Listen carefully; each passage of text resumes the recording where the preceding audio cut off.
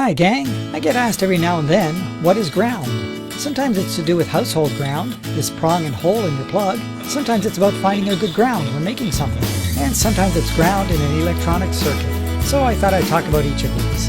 Let's start with household ground. In North America, this roundish hole is ground, and so the prong and a plug that goes in it is the ground prong. But to understand that ground hole and prong, we first have to understand the other two holes. In North America, they're called hot and neutral, and the wires are usually black and white. They're what carry the electricity that powers things. Behind the hole called hot, you'll find a wire that runs behind the walls, and eventually goes to a breaker in your breaker panel. From there, the electricity goes behind the breakers to one of these thick black wires, and then outside your house to a transmission pole and transformer somewhere. The other hole, again called neutral here in North America, also goes to that breaker panel, but not to any breaker. Instead, it goes to this metal bar. From there, the electricity goes along this thick white wire, and then outside your house to the same transmission pole and the same transformer. Here that all is in a diagram. This is the path for the hot, or black wire, to the breaker and out to the transformer. And this is the path for the neutral, or white wire, through the breaker panel and out to the transformer. The other side of the transformer is what continues on to the generating station.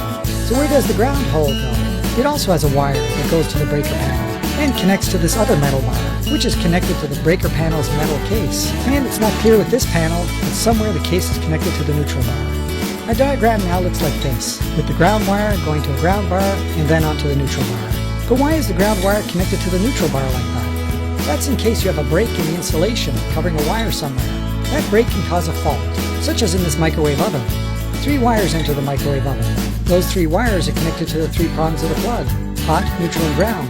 As we said, the electricity flows through the hot and neutral wires. The 3rd wire is the ground wire. The ground wire is connected to the metal case, and normally no electricity flows through it. We'll add the microwave oven to our diagram. The hot and neutral wires go to the electronics, and the ground wire connects to the case. But the case is not connected to anything else. Electricity won't flow on it because there's no return path. But what if the insulation around the hot wire gets damaged, and the wire itself touches the metal case? The case is now connected to the hot wire. If you were to touch the case, we'd get a dangerous shock. But luckily the ground wire is connected to the case. That ground wire is a very low resistance path for the electricity, and so it will flow from the hot, through the case, through the ground wire, and back to the panel where the ground is connected to the neutral, and back to the transformer, completing the circuit with the hot wire there. However, since that path is such low resistance, the current will be very high. And remember that the hot path goes through a breaker in the breaker panel. The current will be high enough to trip that breaker, disconnecting the power, and making it safe to touch the microwave oven's case again. Let's look at it again, but on the diagram. The problem starts when insulation on the hot wire breaks, and the wire touches the microwave oven's case. Since the case is connected to the ground wire, we now have this complete circuit, along the ground wire to the breaker panel, then along the neutral wire, onward to the transformer on the pole, through the transformer's coil, back through the hot, through the breaker, and continuing to the hot in the microwave oven, where it's touching the case.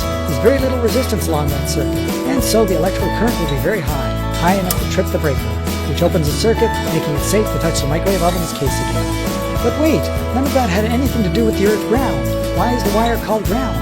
Looking at the breaker panel again, there's thick ground wire connected to the neutral bar here that goes to a metal rod buried in the ground, called a ground rod, or to some other metal that's buried in the earth ground somewhere, like the metal pipe that brings cold water in from the city. And where the neutral wire goes to the transformer, there's another wire that goes down the pole to a ground rod there too. Now our diagram looks like this, with the thick bare wire from the breaker panel to earth ground, and with the ground wire from where the neutral wire connects to the transformer, also down to earth ground. Why have all this wiring all the way to the earth ground, if it didn't play a part in our microwave oven fault? To understand that, we need to learn a bit about electric charge. Electric charge can be either positive or negative. Looking at an atom, the protons locked in the atom's nucleus have a positive charge, and the electrons surrounding the nucleus have a negative charge. Overall, this atom has a neutral charge though, neither positive nor negative, because it has the same number of positive protons and negative electrons. Like charges repel each other. Here we have an area with extra electrons between the atoms, so the area is negatively charged overall.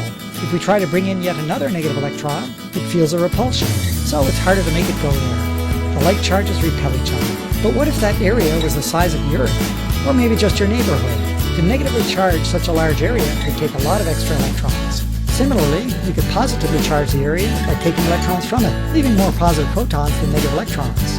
But it doesn't matter. The ground is such a large volume that the ground normally doesn't get very charged either way. It remains with a fairly neutral charge.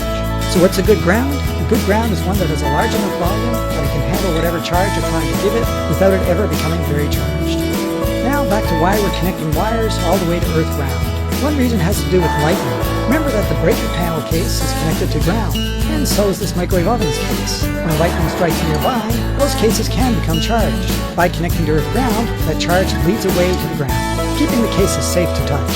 Let's say the case becomes negatively charged. As we said, like charges repel each other. Since the ground has a fairly neutral charge, the electrons on the case repel along the wire to the earth ground, and they keep repelling until there's an even amount of charge everywhere. Since the ground can take a lot of charge, the overall charge doesn't even out until everything's fairly neutral. And yet another way to look at it is that the negatively charged case has a certain quantity of charge, and the neutrally charged ground has a different quantity of charge. That means they have different electric potentials. A potential difference, or voltage, exists between them. Since there's voltage between them, if you connect them with a wire, current will flow. Electrons will flow from the negatively charged case to the neutral ground. For a ground rod to work well, the ground does have to be electrically conductive, meaning it has a low resistance. Dry sand like this is not very conductive, and is a bad ground. But moist soil is fairly conductive, and is a better ground. Also, the more ground you connect to, the better. Here I just pushed some wires into the ground, and it wasn't very good. I even poured water in to help, but it still wasn't great. You can buy copper and galvanized steel rods that are around 6 to 10 feet long, that you can pound into the ground. But keep in mind that cold ground lowers the conductivity, so make sure to drive it below the frost line for winter use. Besides the ground hole and the power socket, where can we find a ground to use?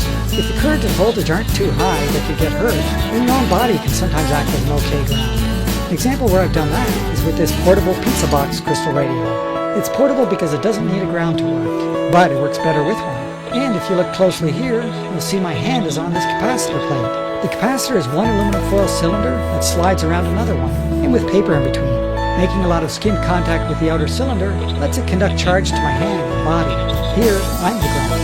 Often when playing with high voltage, you'll have a ball that's connected to a wire going to ground, and make a spark by bringing that near a charged object, like this Van de Graaff generator. A fairly safe way to ground that, if you don't have a ground rod that you can connect to directly, is to find a metal pipe that you're certain goes into the ground, like this copper cold water intake pipe from the city, or this metal fence would do, since it makes plenty of contact with the ground. And finally, what about this ground symbol in the schematic for an electrical circuit? Well, it's called ground, but very often it's more of a common reference. For example, this schematic is for this amplifier. Notice that it doesn't contact any ground. In that case, it just means that all of these points are connected together. For the circuit board, I soldered all those points to a bare wire in the back. Anything connected to that common reference will have voltages that are relative to that common, a sort of zero for that voltage. There are other ground symbols too. This one means chassis ground, such as the chassis of a car, basically a continuous piece of metal that many things in the car are connected to, including battery negative. Sometimes, though, the ground symbol does actually refer to connecting to earth ground. This is the schematic for this power supply, one that you plug into a wall, with a plug that has a ground prom. In this case, the symbol is saying to connect to that ground prom. Well, I guess the only hint is that these points are labeled as hot and neutral, the names for the other two proms in the plug. Well, thanks for watching. See my YouTube channel for more informative videos like this. You can support these videos either through Patreon or through a one-time donation. And if you like these videos, don't forget to subscribe, give a thumbs up, share with your social media, or leave a question or comment below. See you soon!